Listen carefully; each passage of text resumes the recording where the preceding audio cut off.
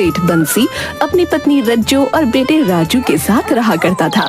रज्जो और राजू दोनों ही बंसी से बहुत प्यार करते थे, लेकिन वो उसकी कंजूसी से परेशान हो चुके थे। भोंदू, अबे ओ भोंदू, यहाँ जी जी जी मालिक, जी मालिक। क्या हुआ? अरे आज मुर्गी ने अंडा दिया या नहीं पता? अरे बहुत बड़ी वाली है ये मुर्गी मालिक, कोई अंडा वंडा नहीं देती। उसके लिए मुर्गी को कुछ खिलाना भी पड़ता है।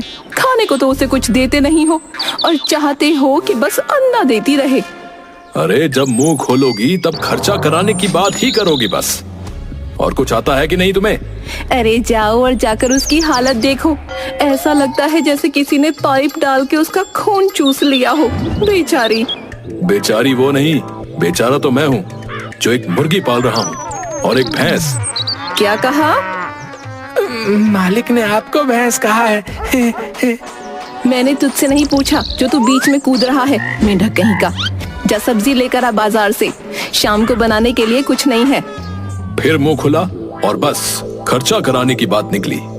अरे हमारे पड़ोसी वर्मा जी ने इतना बड़ा बगीचा बना रखा है, इतनी सब्जियां लगा रखी हैं, वो किस दिन काम आएंगी? जा भोंदू, चुरा ले, मेरा मतलब तोड़ ला। ये जो तुम आए दिन उनकी सब्जियां तोड़वाते रहते हो ना, किसी दिन उन्होंने देख लिया तो इसकी हड्डियां तोड़ देंगे।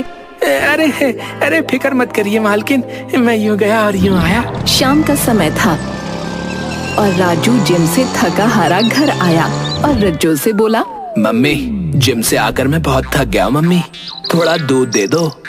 हाँ बेटा, अभी देती हूँ। दूध? अरे पागल हो गया क्या है? मुझे लुटवा के मानेगा क्या है? ए जी, कसरत करके वो थक गया है, पी लेने दो ना। नहीं नहीं, कोई जरूरत नहीं है। थक गया है तो आराम करे और घर में जो खाना बना है वो खाए। रज्जो सेठ की बात नहीं मानती और रसोई में जाकर एक गिलास दूध निकाल कर राजू को देती है। अरे रुक जा रज्जो, दूध मत दे। राजू दूध पीने ही वाला होता है, पर सेठ बंसी उससे गिलास छीनने लगता है। रुक जा, रुक जा। अरे भोंदू कहाँ मर गया? पकड़ इसे। अरे ये क्या छीना झपटी मचा रहे हो पापा? छोड़ो पापा। हाय मैं मर गया। अरे अरे सारा दूध खत्म कर देगा ये लड़का। मेरे घर में कपूत पैदा हो गया है। राजू दूध पी जाता है और सेठ बंसी गुस्से में आकर किचन की चीजें उठाकर तोड़ने चलता है। अब मैं कुछ तोड़ कर ही चैन लूंगा। हाँ ए जी, क्या कर रहे हो? ये चम्मच नहीं नहीं, ये महंगा है। ये प्लेट, हाँ नहीं नहीं, ये भी बहुत महंगी है। अरे शांत हो जाओ, ये लो पानी पियो। सेठ वो कांच का गिलास फेंकने ही वाला होता है, लेकिन फिर रुक जाता है।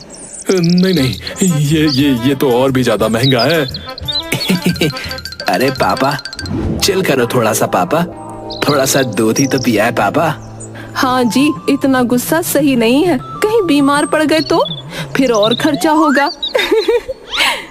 तुम लोगों ने ये सही नहीं किया। पापा वैसे आपको एक बात बतानी थी पापा। अब क्या? कल मेरा जन्मदिन है पापा और मैं पार्टी करना चाहता हूँ पापा। अभी अभी एक गिलास दूध पीकर बैठा है और अब पार्टी की बात कर रहा है। रज्जो, ये मेरा बेटा नहीं हो सकता। अरे क्या यार पापा, हर समय वही मेलोड्रामा। मुझे इस साल जन्मदिन की पार्टी करनी है तो बस करनी है। मेरे सब दोस्त आएंगे, बहुत मजा आएगा। मजा? पैसे खर्च करने में मजा? रज्जो मैं बता रहा हूँ, दाई ने हमारे साथ कोई घपला किया है। हाँ, ये मेरा बेटा नहीं हो सकता। सेठ एक एक करके पार्टी न करने के कारण बताने लगा, लेकिन राजू की जिद के आगे जब उसकी सारी दलीलें बेकार हो गईं, तो उसने कहा, पार्टी करना मतलब नोटों में आग लगाना। बहुत बहाने हो गए, अब साफ सुनो, पार्टी नहीं होगी। राजू तेजी से अंदर गया और कुछ ही देर में बहुत सारे पैसे लेकर वापस आया। उसने माचिस की तीली निकाली और कहा, देख लो पापा, अगर आपने मुझे पार्टी नहीं करने दी तो मैं सच में इन नोटों में आग लगा दूंगा। अरे बेटा, ये क्या कर रहा है? ये तो हमारे खाने के, कपड़े खरीदने के और बिजली का बिल भरने के पैसे हैं। पापा पार्टी करनी है या नहीं करनी है पापा? अच्छा ठीक है, तुझे जो करना है कर ले, पार्टी कर ले, पार्टी कर ले, लेकिन ध्यान रखना खर्चा कम करना मेरे बच्चे। ओह यस, थैंक यू पापा।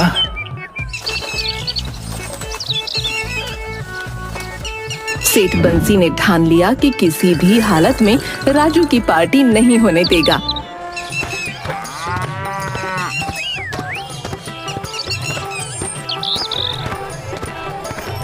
इसलिए वो गांव में निकला और सबसे पहले हलवाई के पास पहुंचा।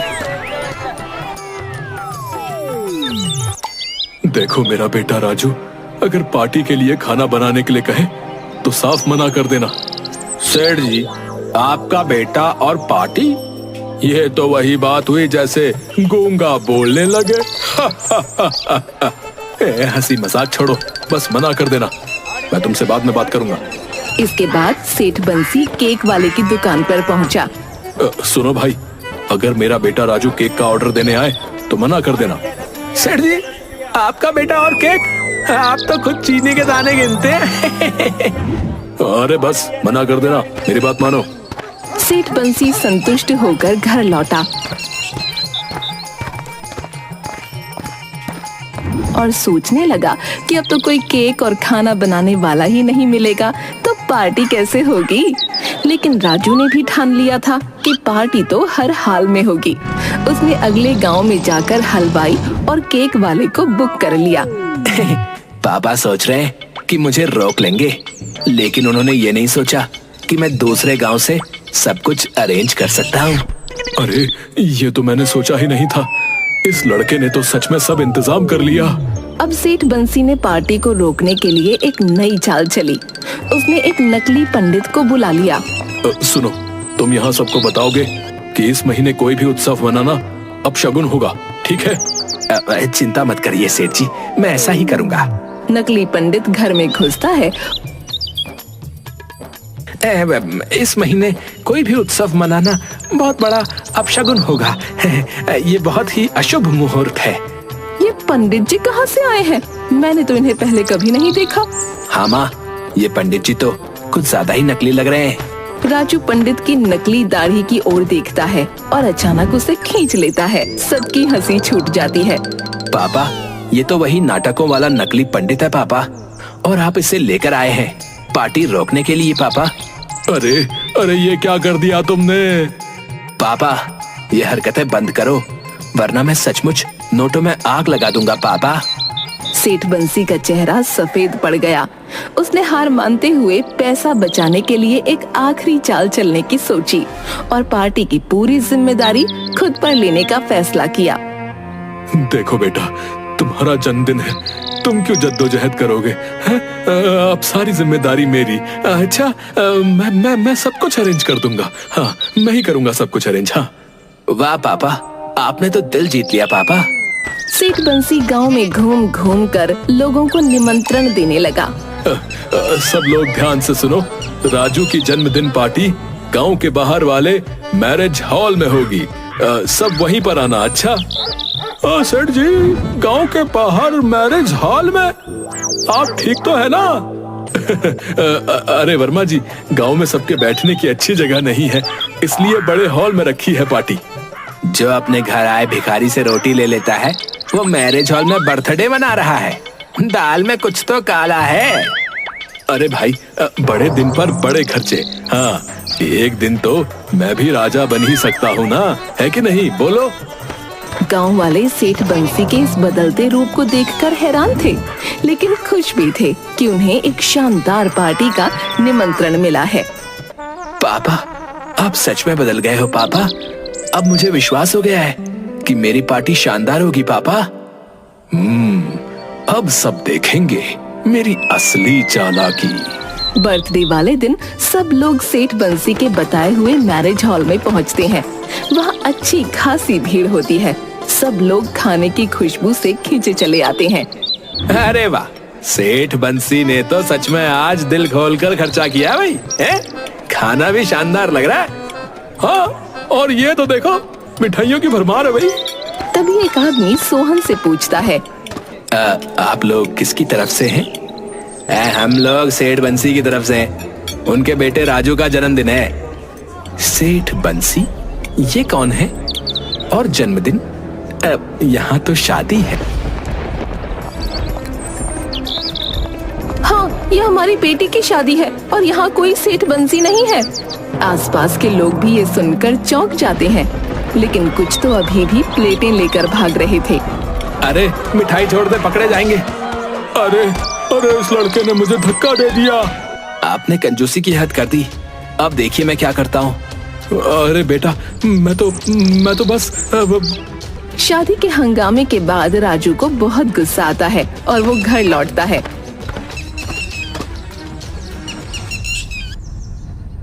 पापा, अब मैं यहाँ सही से पार्टी करूंगा। पापा, आप जो कर सकते हो कर लो। पापा ठीक है, पार्टी कर ले, लेकिन कम से कम लोगों से महंगे महंगे गिफ्ट तो ले ले। हाँ पापा, गिफ्ट्स लोग लेकर ही आएंगे। पापा, आपकी तरह कंजूस नहीं है वो। सही कहा मेरे बच्चे ने। अब आप चुप ही रहना बस। सेठ बंसी सोच रहा था कि शायद गिफ्ट के बहाने कुछ बचत हो जाए। राजू की पार्टी धूमधाम से शुरू होती है। सेठ बंसी का दिल ये देखकर बैठ जाता है कि इतनी बड़ी पार्टी हो रही है और लोग खूब मजे कर रहे हैं। हे भगवान, ये तो मेरे पैसे की बर्बादी है। अरे सेठ जी, आज तो आपने दिल खोलकर खर्चा किया है। हम सोच भी नहीं सकते थे कि आप इतना बड़ा आयोजन करेंगे। सेठ जी, ये तो मील का पत्थर है। हाँ, आज से आपकी कंजूसी का अंत हो गया। सेठ बंसी के चेहरे पर चिंता की लकीरें थीं, लेकिन तभी वो देखता है कि लोग बड़े बड़े गिफ्ट्स ला रहे हैं।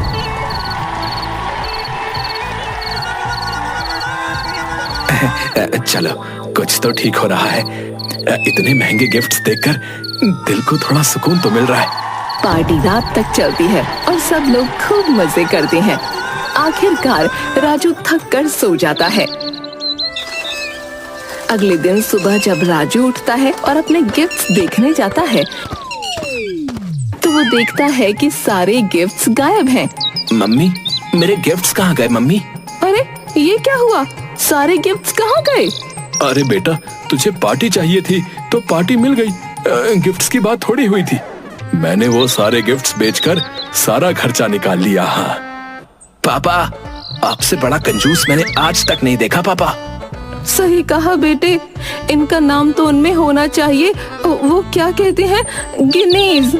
हाँ, Guinness book of world record, सबसे महान कंजूस। सो तो मैं हूँ।